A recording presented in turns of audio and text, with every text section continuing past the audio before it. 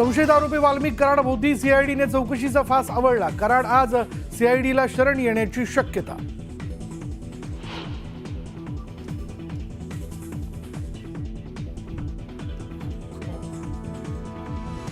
संतोष देशमुख हत्या प्रकरणातील फरार 4 आरोपींची बँक खाती गोठवली, तर अपहरणासाठी वापरलेल्या गाडीवरती आरोपीचे ठसे जुळल्याची माहिती।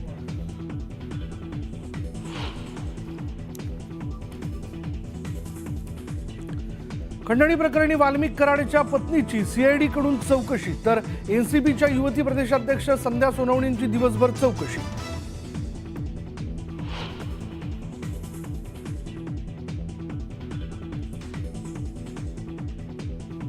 पदभार न स्वीकारता मंत्र्यांची विश्रांती, खाते वाटपानंतर ही आशिष शेलार, दादा भुसे, योगेश कदमांसह 18 मंत्र्यांकडून पदाची सूत्र हाती घेण्यास विलंब।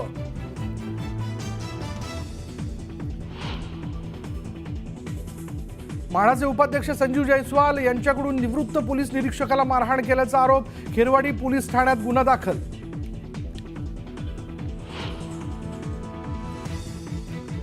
आयटी क्षेत्र नव्याने भरारी घेण्याच्या तयारीत, आयटी कंपन्यांमध्ये नव्या वर्षात मोठ्या प्रमाणावर नोकर भरती होणार। नोकर भरतीचा फोकस एआय, डेटा विश्लेषण आदी नव्या तंत्रज्ञानावर राहणार।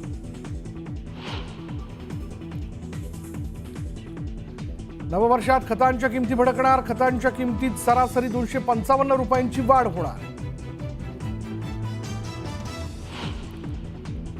नवीन वर्षात एसटीचा प्रवास महागण्याची शक्यता, वाढती तूट भरून काढण्यासाठी राज्य परिवहन प्राधिकरण लवकरच घेणार निर्णय। अंगणवाडी सेविकांचा मानधनाचा मार्ग मोकळा, भत्त्यापोटी 163 कोटींचा निधी उपलब्ध। उत्तराखंडच्या उत्तर काशीमध्ये तुफान बर्फवृष्टी, गंगोत्रीकडे जाणारा हायवे बंद, बीआरओ कडून रस्त्यावरील बर्फ हटवण्याचं काम सुरू।